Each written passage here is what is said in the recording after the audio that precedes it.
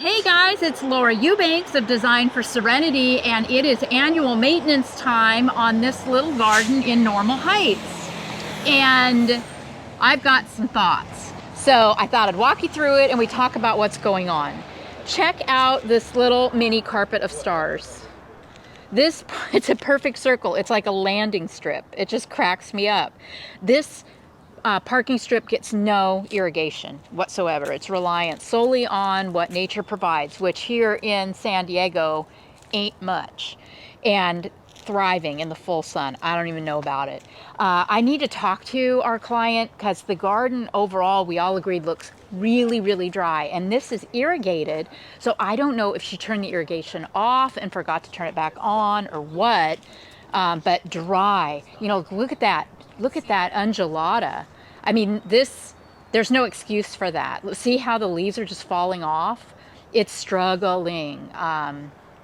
Just a kind of emaciated and almost a bonsai type of look. The leaves are shriveled. That's an indication that it's really struggling. You can tell over here too. Over here with the cotyledons and the crassulas, even that blue elf. And look at that. Oh my God, the Orgealis back there. But you can see the irrigation line. Yeah, there is. It's fully irrigated. But then again, I mean, look at this Cerutia. Happy clam. But then again, we established that over there looks good too, without any water. Yeah, so yeah, those. And see what's happening here? We've got mealybug and sooty mold. When your plant is stressed for a really long period of time, it reduces its immunity and it isn't as strong enough to ward off pests and diseases. So that's another reason why you want to be kind to your succulents. There's no need to overwater, but to keep them looking healthy and plump, it's really, really important. So, you know, here you can see we brought a few, 12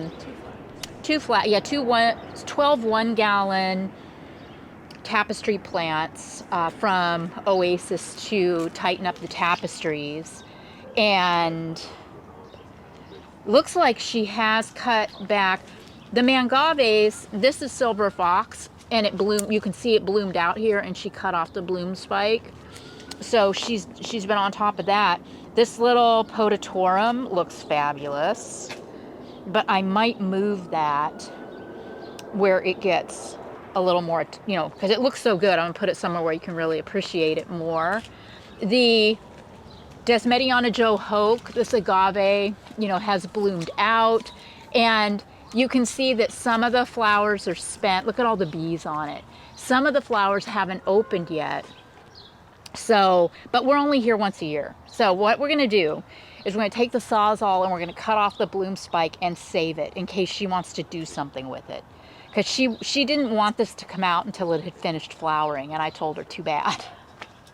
I have an agave perii to put in the spot where this is. But we'll save this for, because it will, even though it's been cut. You can cut off, I've cut before. Yeah. You just cut off each one of these and they'll still bloom. Right. You know, what I'm going to do is cut the stalk off, and then she can do what she wants with it. If she wants to cut these off individually and put them in a vase, they'll still flower. So yeah, there's some things in here that are, you know, holding on. Generally speaking, this whole front tapestry looks pretty good. Just, as I said, really, really dry. So what we're going to do, obviously, is clean out all of the detritus. I'm also tempted. I don't know, yeah. I mean, this aeonium is, well, it's thirsty. I think, you know, this is winter time. It's growing season. It should look better. And I'm wondering if we get the water turned back on, if it'll perk up. Because if I take that out, that is going to open up a big rabbit hole. Because behind it is some blue elf and another ungi that doesn't look that great. So, and those aeoniums are way too stressed to cut and reset. Yeah, this needs water. Ugh. Okay, so yeah, those will probably we'll just clean those up and get on with it. All right. You can usually always tell in a garden if it's being watered or not by looking at the Aluaudia procera, if one exists. Because this plant is very, very sensitive, and if it gets thirsty, it will drop all of its leaves so fast. And so what it's telling me is that, yeah, I'm thirsty, but I'm getting a little bit to drink, right? Because it's not completely, it's not completely without. Yeah, it's very confusing to me, but we'll get her straightened out for sure. Okay, moving around, the fountain, also, you know, very, very dry, but this is something that she has to hand water because I don't have irrigation going to the fountain. Also, this poor Bracteosa over here in the parking strip looks terrible. There's a baby. It's struggle busing though, like nobody's business. So I'm pretty confident that I'm going to get rid of that. This could be a good place for that Potatorum that I was talking about. It'd be a real little showstopper right here. And being an agave, it doesn't really need water. So that might go there. I don't want to move the attenuatas around. We have 2 giant stands of attenuatas. I'd like to leave it at that. I don't want to introduce this plant in other areas of this tiny garden. It would just be an agave farm then. This Bracteosa is not as unhappy as the one in the parking strip. So I think just cleaning all of the bougainvillea leaves out of here. I brought a systemic too with a fertilizer, so I'll treat the bougainvillea and some of the other plants. Yeah, coming back here, just a lot of detritus, really a lot of spent leaves. So we're gonna roll up our sleeves and get to work, and I'll check in with you in a bit.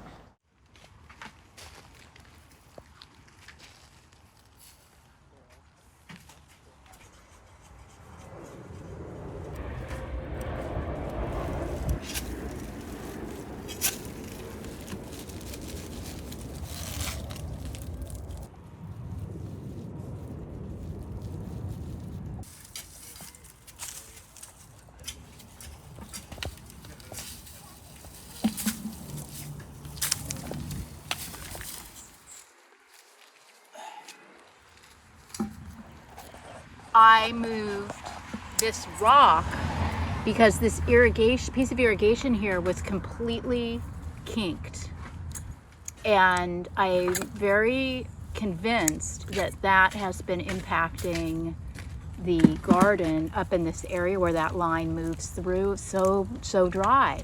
But our client told us that she hasn't touched the irrigation, so we're looking for things like this. So what Hannah's doing is she's squeezing a little adapter in there, which of course is hollow. This is an elbow. It's an elbow joint.